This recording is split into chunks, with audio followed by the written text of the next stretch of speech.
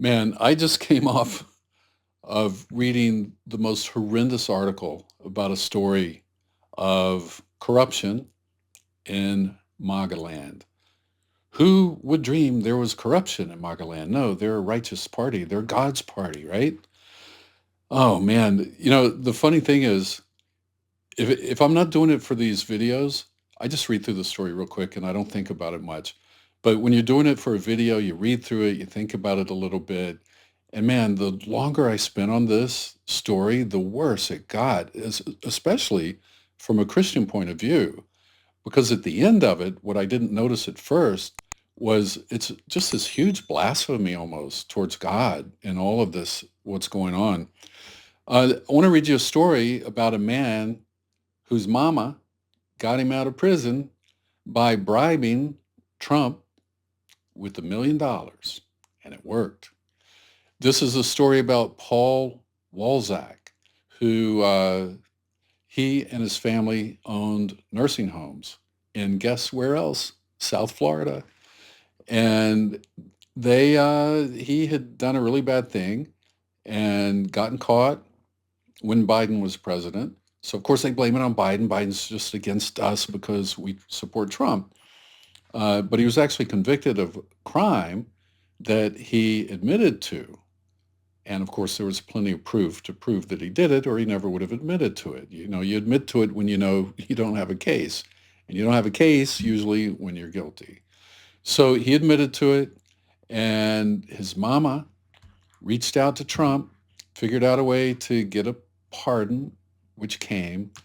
And you got to hear the story, though. It's unbelievable. And the unbelievable part is at the end, where they're just celebrating and claiming the name of God, and God's on our side, and God's with the righteous. It's unbelievable, these people, really. But here we go. Let me just read a little bit to you. As Paul Walczak, this is from today's New York Times, May 27th, 2025. As Paul Walczak awaited sentencing earlier this year, his best hope for avoiding prison time rested with the newly inaugurated president. Mr. Walczak, a former nursing home executive who had pleaded guilty to tax crimes days after the 2024 election, submitted a pardon application to President Trump around Inauguration Day, so in January of this year. The application focused not solely on Mr. Walczak's offenses, but also on the political activity of his mama, Elizabeth Fago. I mean, normally these pardon applications go all into the life of the person and what a good person they've always been, and they were always good up until they got caught for this crime. And then it'll go into evidence of how maybe they were wrongly prosecuted, or maybe there were mistakes made at the trial. Anyway, they'll go into a variety of reasons of why they should be or they should be pardoned based on their own goodness, based on good things they've done, or based on bad things that were done to them that were unfair and unjust. But his pardon application focused a lot on his mama. So Ms. Fago had raised millions of dollars for Mr. Trump's campaigns and those of other Republicans. The application said, this is what they put in the application. Hey, I got convicted of a crime that I'm guilty of. It was a really terrible crime. I hurt a lot of people, a lot. Like I really hurt them in a big way. And they all worked for me. They were my employees. I took advantage of my employees. I stole money from them. And I put them in a position of great trouble. I put them in a position where they could be in great trouble with the government over their taxes. So his pardon application goes into the fact that his mama had raised millions of dollars for Trump's campaigns. What in the world, in any just society, what in the world would that have to do with anything? You should ask for a pardon based on the fact that maybe you weren't guilty and you were unfairly convicted. There were mistakes at trial, or the prosecutor, was corrupt and brought evidence against you that he made up, or something like that. These are the typical kinds of reasons people give for asking for a pardon. This guy says, no, my mama loves you, man, and she raised a lot of money for you. So come on, come on, give me a pardon. Get me out of here. And it never hurts to throw Joe Biden in and say, well, it happened under the Biden administration, so it was kind of his fault anyway. Yeah. Anyway, weeks went by. No, sorry. Mr. Walczak's pardon application argued that his criminal prosecution was motivated more by his mother's efforts for Mr. Trump than by his admitted use of money earmarked for employees' taxes to fund an extravagant lifestyle. Still, weeks went by and no pardon was forthcoming, even as Mr. Trump issued clemency grants to hundreds of other allies. Then, Ms. Fago, get this, look how Trump works. He gave grants of clemency to hundreds of other people and all the January 6th criminals. But he withheld this one because he knew she's a fundraiser and he knew he had a fundraiser coming up. So he's like, let's wait till the fundraiser happens. Let's don't give the pardon yet. This will motivate her to come and bring a lot of money. And, it's $1 million a head. And so we'll invite her to come. And she will come because she wants her son to get off. That's exactly what happened. Trump knew it. Trump was he's a genius at corruption, and he knew how to work this one. So get this. The pardon still hadn't come. Then Ms. Fago was invited to a $1 million per person fundraising dinner last month in April that promised face-to-face access with Mr. Trump, which he knew she would want so she could beg for her son's life at Mar-a-Lago.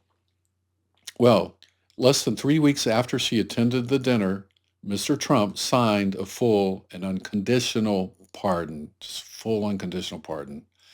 It came just in the nick of time for Mr. Walczak, sparing him from having to pay nearly $4.4 million in restitution and from reporting to prison for an 18-month sentence that had been handed down just 12 days earlier.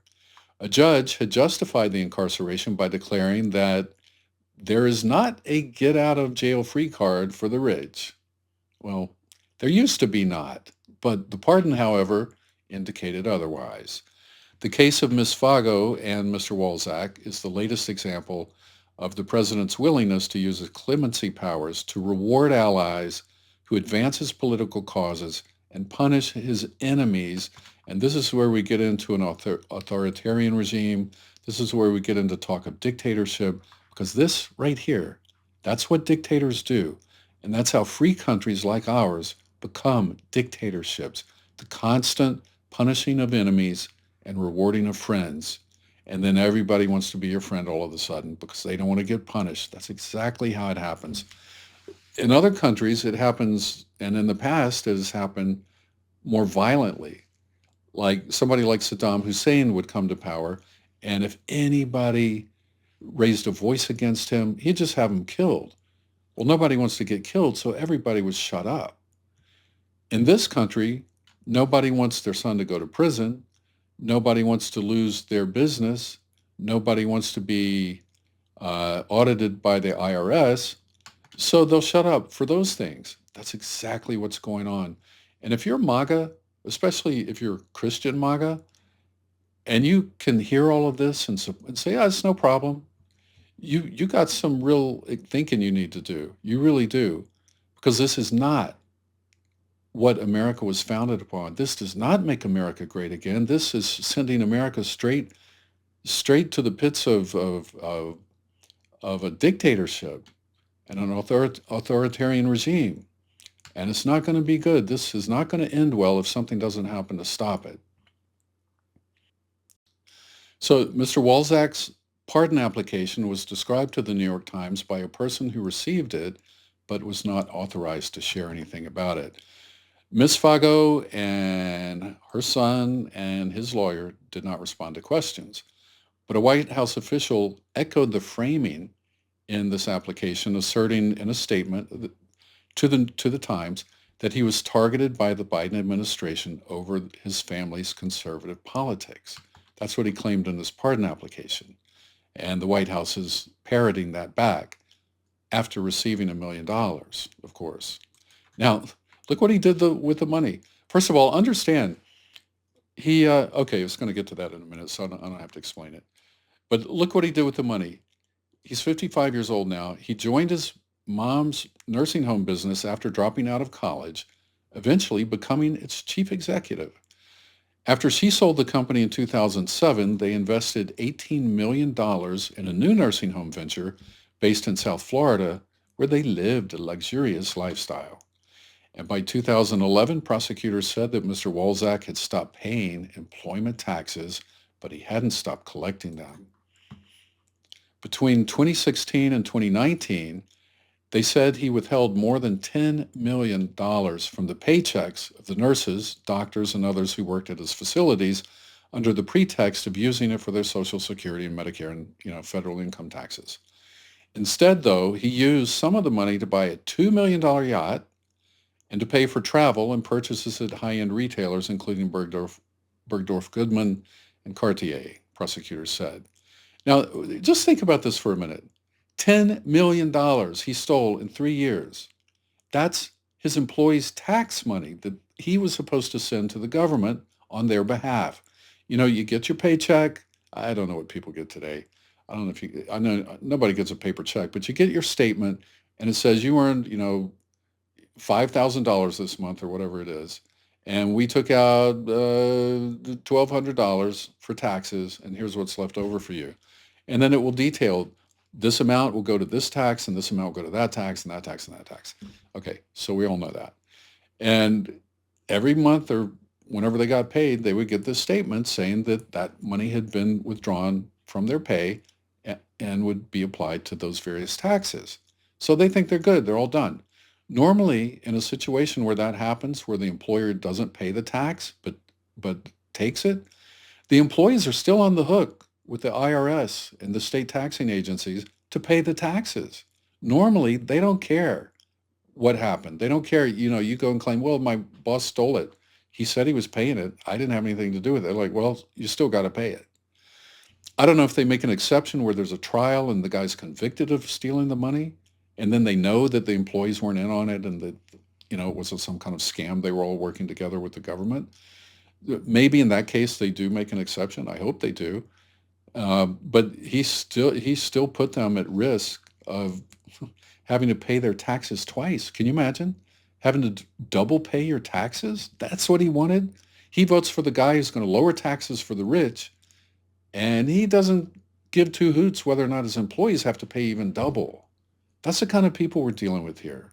It's truly evil stuff. He could have put people out of their homes. Not everybody was a rich doctor, I don't think, working at this place, and even doctors aren't that rich anymore. So, bad stuff. Oh, and think about this. He stole $10 million from paychecks in his employees' taxes in just around 36 months. It says in about 3 years, between 2016 and 2019. So let's say that's 36 months. That would be the maximum number of months. It might be a little bit less. Do you know what that comes to? That comes to on average, about $277,000 a month in taxes. So they had so much money at this nursing home company that the taxes is maybe a quarter or a third of what the full pay is. So they're paying a lot more than that. They had the money to pay that. I mean, it seems to me they were rich already. It seems to me they probably could have already bought a yacht. So what the heck was going on here? Why did he need to steal money to buy a $2 million yacht, which should be a drop in a bucket for somebody who's paying, it looks like, look, if he took $10 million in 3 years and that was their taxes, then it was like maybe $30 million or so, or maybe a little more, that they paid in income. What is that? That's around $1 million a month that they have to pay people's salaries. And you're bringing in enough money to do that, and you can't save $2 million after a few years and buy a yacht. And something's not right with these people. Anyway, he was charged in February of 2023 with 13 counts of tax crimes. By the time he pled guilty to 2 of the counts and agreed to pay restitution, In November of last year, Mr. Trump had already been elected for a second term in the White House, and the family hoped, well, maybe that's our only hope, and maybe he'll be able to get off because we're on good terms with Trump. Mom raises millions of dollars for him. So Miss Fago, 74, had helped host at least 3 fundraisers for Mr. Trump's campaigns. She and her son Joey, which I'm going to get to him in a minute, her son Joey Fago, who is Mr. Walczak's half-brother, and his wife attended VIP events at Mr. Trump's 2017 and 2025 inaugurations, according to social media posts, including one in which she was shown posing with Mr. Trump. So I clicked on this one earlier. I was like, I'd like to see her pose with Mr. Trump. And it's one of those things on Instagram where it has like a album and there's, 8 or 10 photos in there and you have to keep clicking to get to the end. Well, it was the last photo that was Mr. Trump. And I clicked on that, then I clicked on a couple of other things, and then you're not going to believe what I found after that. And I'm going to show you, and it's just totally blasphemous, and it's disgusting, and it's vile, and it angers me. And it should anger every Christian, even if you're a Trump supporter. If you're a true Christian, this should anger you. All right? No, no, that's not a litmus test as to whether you're a true Christian. I shouldn't have said that. I'm sorry. I take that back. But I would think that for most true Christians, it would greatly anger them. All right. So anyway, this next part of the story, I'm not going to go through all this, but Ashley Biden, who's Joe Biden's daughter, had a diary that somebody found, and this family was in on releasing this diary, her personal diary, to the public. Just disgusting actions to help Trump, of course. No amount of corruption is too much when it comes to the service of our dear leader. And that's exactly what we're looking at. Um, let's see. So I go back there. I start reading through. Okay, that's still the diary stuff. Yeah, 2021. I feel bad I'm wasting your time. You know what I realized the other day? If you make YouTube videos and you waste 3 seconds of people's time during one of your videos, let's say just 3 seconds, and 100,000 people watch your video, that comes to 88 hours of human time that you've wasted. You have just made unproductive 88 hours of human time in your life. So I've just done a lot more than that right now. I'm sorry. The good news is 100,000 people won't watch this. So I may waste 8 minutes of human time, possibly. I don't know. Anyway, okay, let's go down here. This is the end of the story. When Mr. Trump won the presidency for a second time, it offered hope to Project Veritas, who was in on releasing Ashley Biden's diary, and Ms. Fago and Mr. Walczak. So none of them were convicted of crimes. The Trump Justice Department dropped the charges for all these people and closed the cases. So it was all done. You're a friend of the president, then no crime goes punished, as they say in reverse. In the meantime, a pardon application was submitted on Mr. Walczak's behalf. It suggested that Don Trump Jr., as well as Ms. Guilfoyle and other Trump allies, supported his clemency. They all agreed, according to the application, that the only reason Mr. Walczak was prosecuted criminally was that he was the son of a prominent Trump supporter. And also, how about the fact he actually committed a crime and stole money from his employees? You people who say you care about the working people? And now you're going to let this guy off who stole $10 million from his employees? He had no intention of ever paying that money to the government, which would have left them on the hook for doing so. And Don Jr.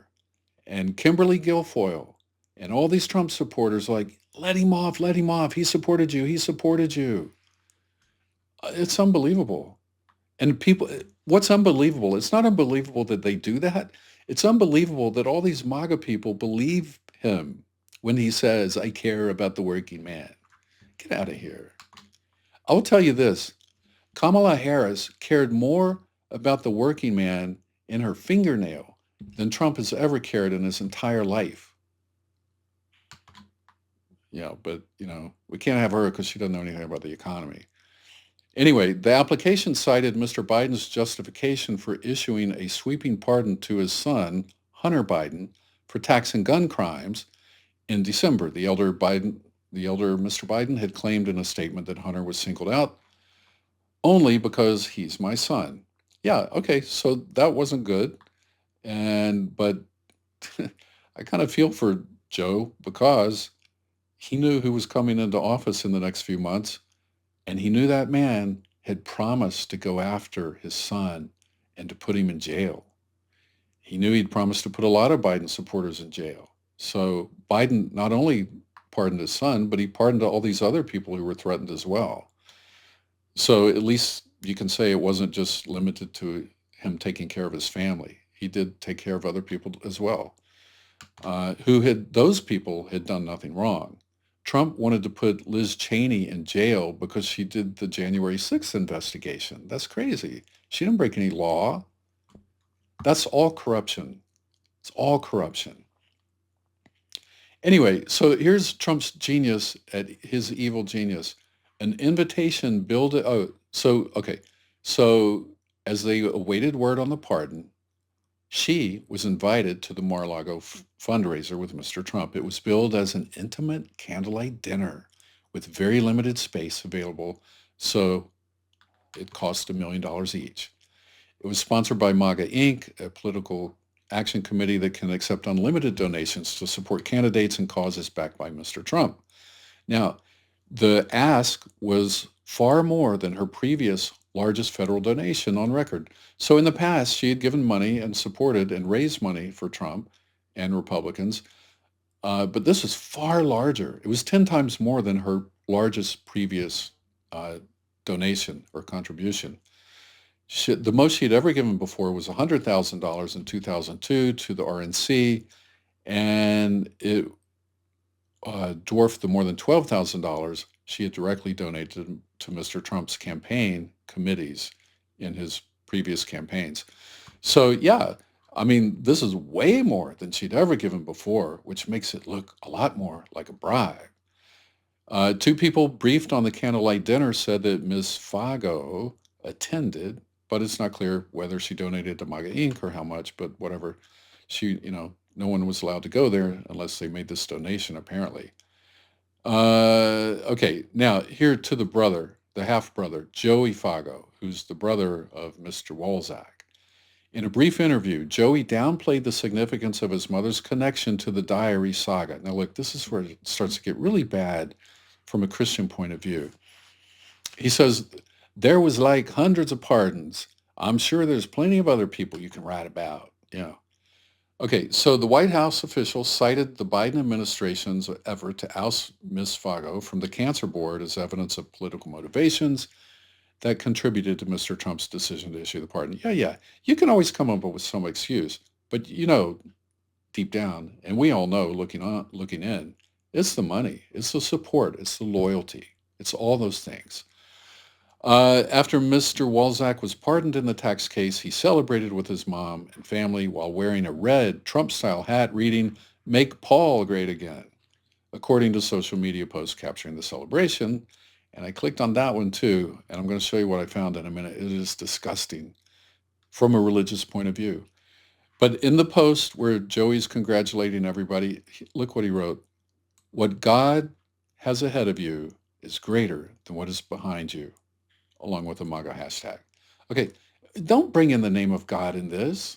God's got nothing to do with your crimes. Okay, here's what came after this. This was on Instagram. There was a series of pictures of them partying and celebrating. This is the "Make Paul Great Again" hat here.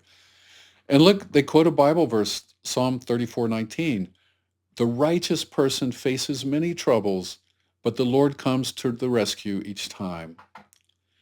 The only problem and the reason this is a misapplication of that verse is it's talking about a righteous person.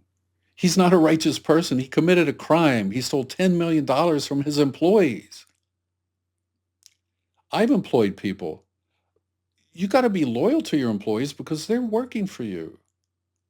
I don't know if they love me or not. I hope in some level they do, but I love them and I care for each of them. I would never steal from them. I want to see them do well. It's unbelievable. And he goes and calls himself a righteous person now. The righteous person faces many troubles. That's true. But the Lord comes to the rescue each time. The misuse of these verses is just, it's horrible. To take a verse about righteous people and apply it to yourself when you should be behind bars and say, oh, I have my troubles, not because I did anything bad, but because I'm a righteous person. And Satan hates righteous people, so he always brings trouble our way. That's disgusting. That's disgusting when you use it that way. Really, really horrible stuff. I don't see how people can't see all that. But to me, it's really disgusting. And, not only that, but the whole thing about bribery and the fact that MAGA Christians are unconcerned by it. They don't even care. They're like, what, the bribery, who cares? Um, Look, bribery undermines democracy. And it undermines it because it replaces the rule of law. And people are like, well, who cares what rule of law?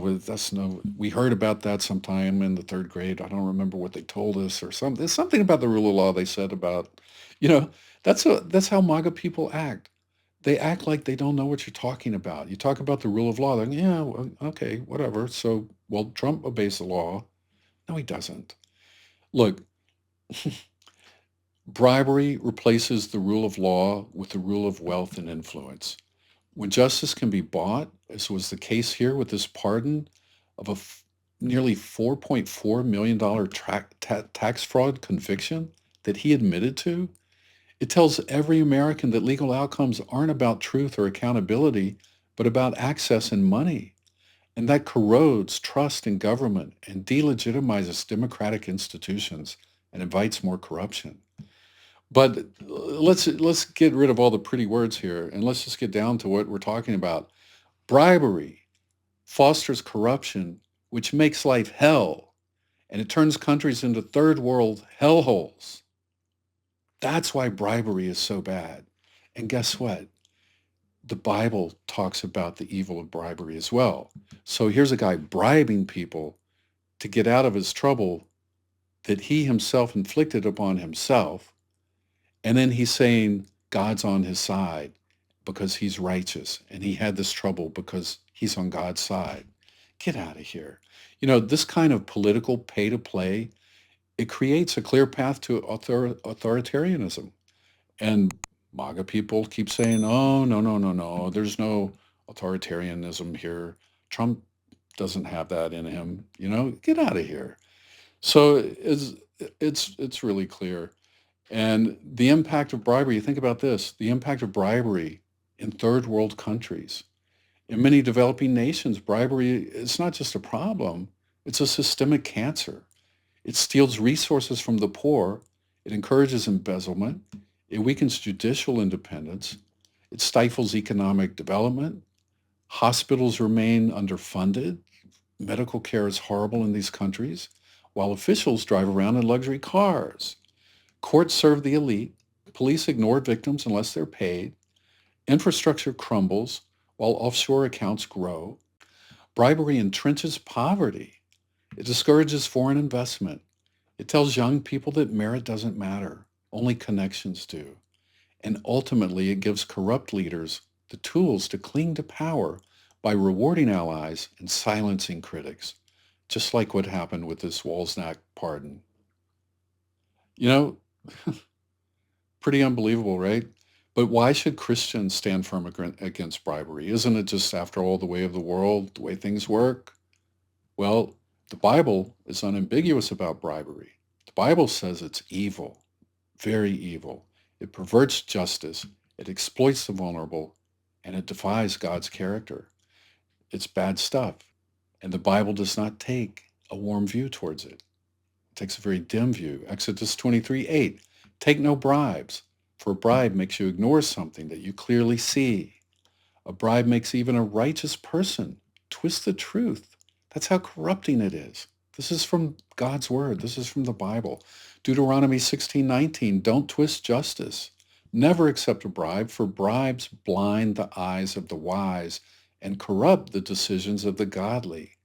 You see, if you are a Christian and you accept all of this and think it's okay, this is the Bible saying that will corrupt you. Even the godly will be corrupted by bribes and by accepting and condoning this kind of behavior. Uh, Proverbs 17:23, the wicked take secret bribes to pervert the course of justice. And from there, we could go in and do a whole study from the Bible on what the Bible has to say about justice. It's a big, big part of the Bible. It's a big subject in the Bible. Justice is very important. God does not condone anything that perverts the course of justice. So you see, bribery is not just a sin of politics. It's a direct attack on God's design for justice and fairness. And Christians who support or ignore this kind of corruption, even when it's politically convenient, are standing in opposition to Scripture. When pardons are sold, justice becomes a commodity. When courts are for sale, God's command for righteous judgment is abandoned. Christians should be the first to cry out, this is wrong, no matter who's in power. We have to stand up and speak out on this stuff. But most of all, to the self-identified Christian MAGA supporters, you got to ask yourself, this story is there's no question this story is true. The White House has admitted it's true. They've admitted that they gave the pardon and that this guy's mom gave $1 million, among other things. Okay? So the question of bribery is not a factual thing that's up for debate. The question of whether he stole the money from his employees, that also is not up for debate. He was convicted of it. He pled guilty to it. You plead guilty when you know the evidence is against you and you don't have any evidence to prove that you're not guilty. That's when you plead guilty. So you get a better deal. Instead of doing 30 years in prison, you just do 18 months. That's why he pled guilty, because he was guilty, right? So he did all of that. And then he says he did it in the name of God. He says he's a righteous person.